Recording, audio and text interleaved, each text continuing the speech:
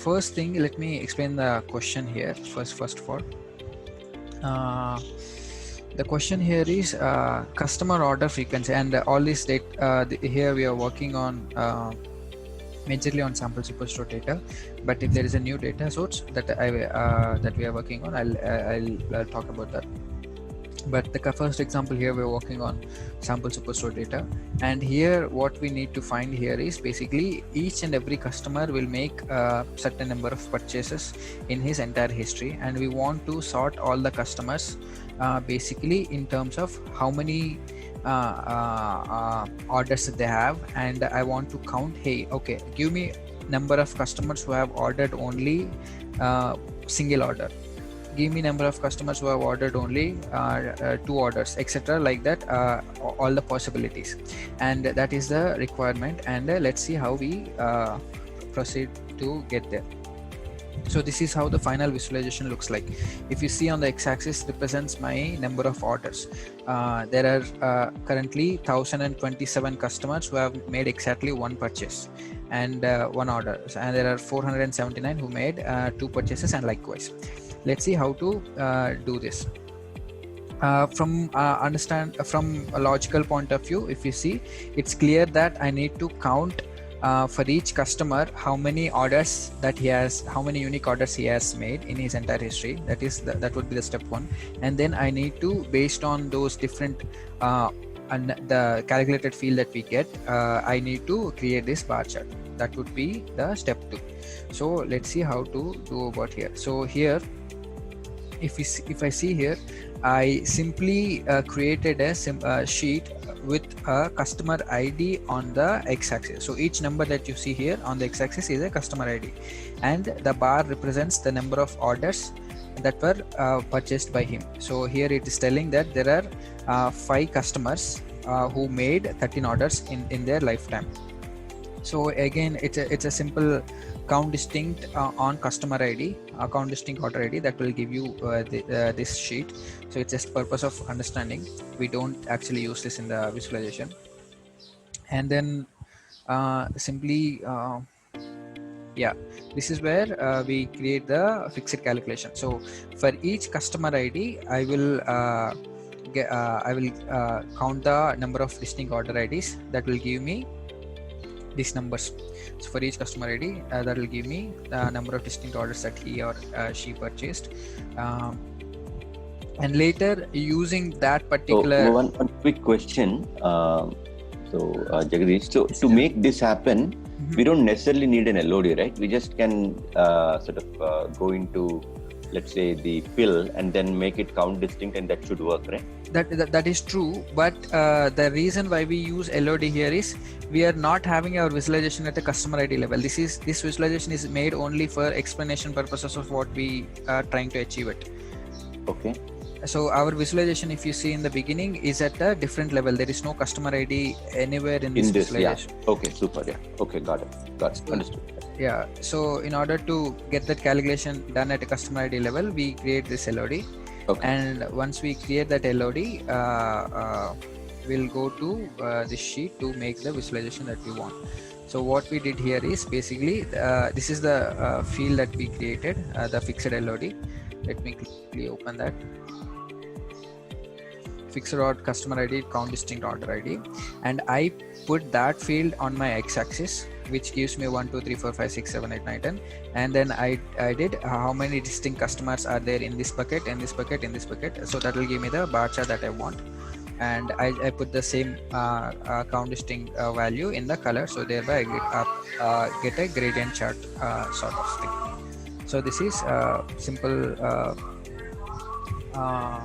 Using fixed LOD, we got this visualization to how to get the histogram of the orders, etc.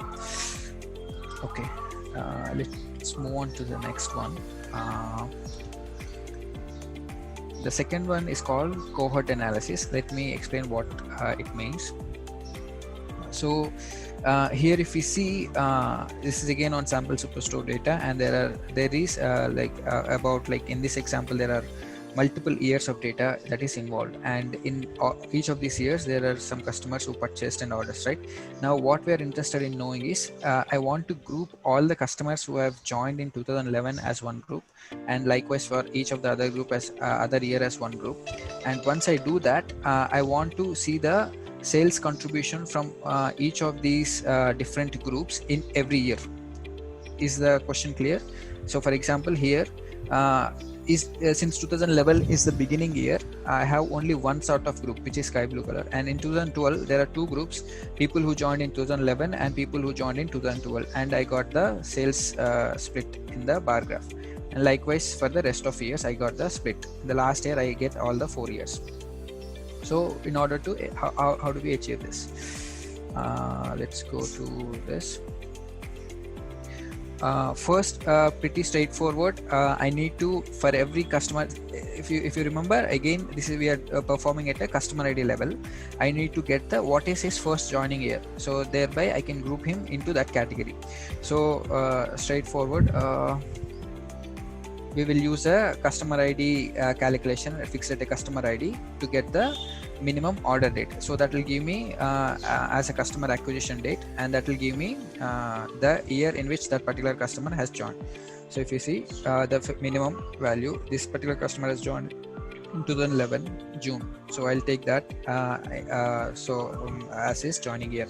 That would be my step 1. And in step 2, I need to create my visualization. Let me quickly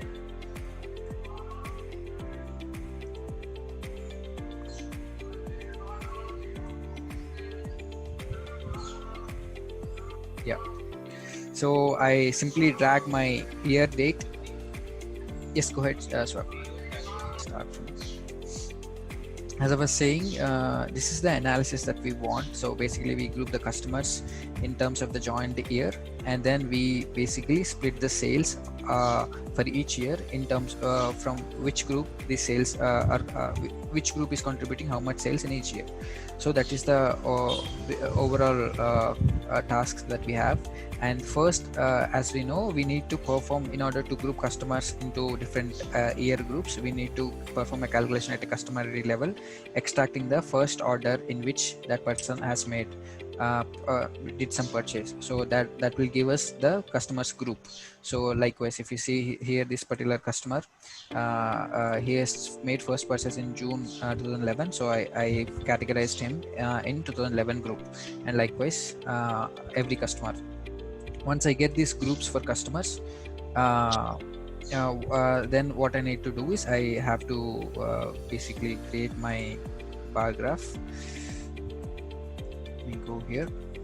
Yeah, so it's a simple bar graph that we already know. Basically year-wise sales. I pull my year on x-axis and my sales on y-axis. I'll get a bar graph like this, and I will put my year extraction customer acquisition year, which I'm the group which we created right just now, into color. So thereby each group will get detailed by the group from which what percentage of it coming from the different customer groups. This is an absolute level. So if you see, the bar size is increasing because the absolute sales value is increasing every year. So there is another way to represent this, which is in percentage terms. So how to do that is which is basically this one on the right side. If we have a percentage, so all year, so individual year sales are considered as 100%, and of that 100%, how much percentage is coming from different year groups, customer groups. Let me come here. Yeah, so it's a simple table calculation that we have to do on the top of the this particular visualization. So what we have to do is basically I need to perform a percentage of total calculation that we are aware of in table calculation. So percentage of total, currently it's used using specific dimensions, but all you have to do is table down.